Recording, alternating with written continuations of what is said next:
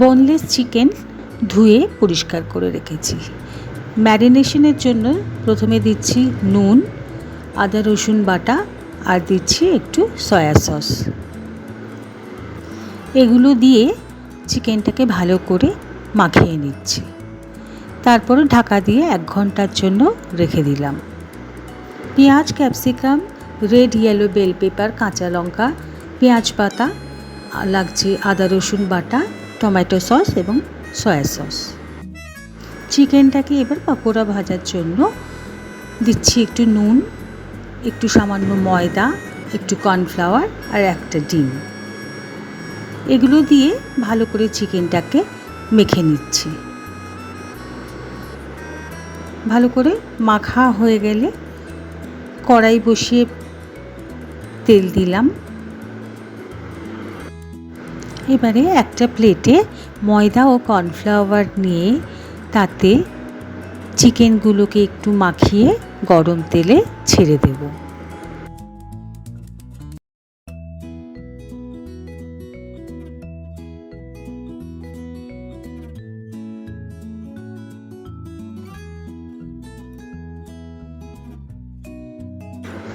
এবারে ভালো করে উল্টে পাল্টে চিকেনগুলোকে একটু ফ্রাই করে নেব। একটু লাল লাল করে ভেজে নেব।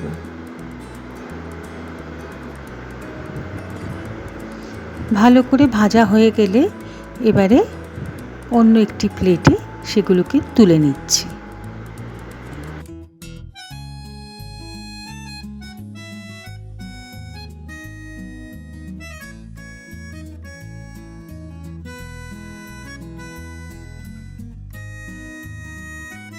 সবগুলো তোলা হয়ে গেলে আবারও যে বাকি চিকেন রয়েছে সেগুলো দিয়ে লাল লাল করে ভেজে বাকিগুলো তুলে নিচ্ছি।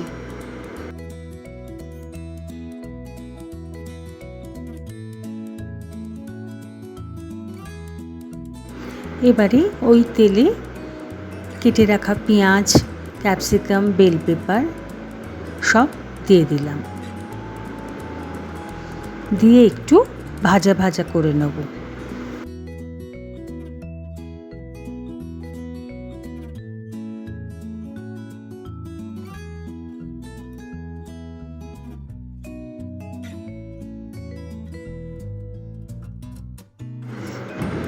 গ্রিন চিলি কেটে দিয়ে দিচ্ছি।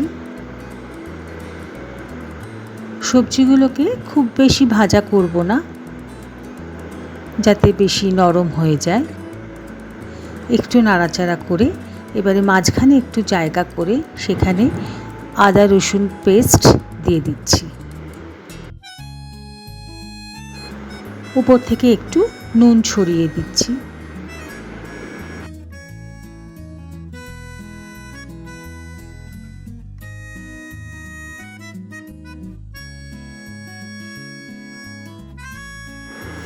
ভালো করে একটু মিশিয়ে নিচ্ছি আদা রসুন বাটাটা পুরো সবজির মধ্যে। এবারে টমেটো সসটা পুরো ঢেলে দিলাম। ভালো করে একটু মিলিয়ে নিচ্ছি।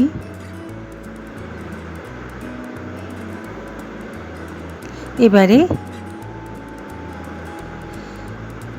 ফ্রাইড চিকেনগুলো সবজির মধ্যে দিয়ে ভালো করে মিশিয়ে নিচ্ছি।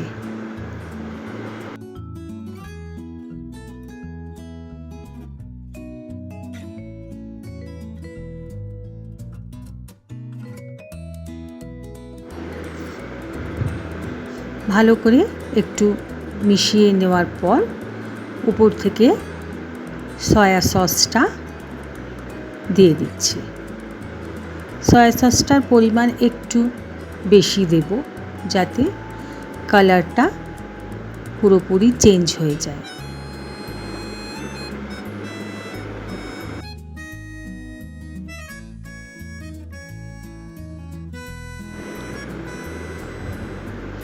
অলমোস্ট রেডি আমাদের ড্রাই চিলি চিকেন।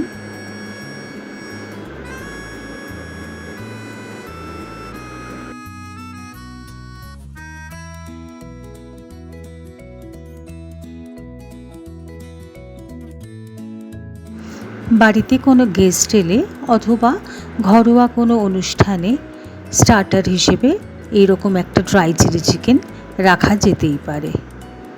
সাদা তিল দিয়ে পরিবেশন করলাম।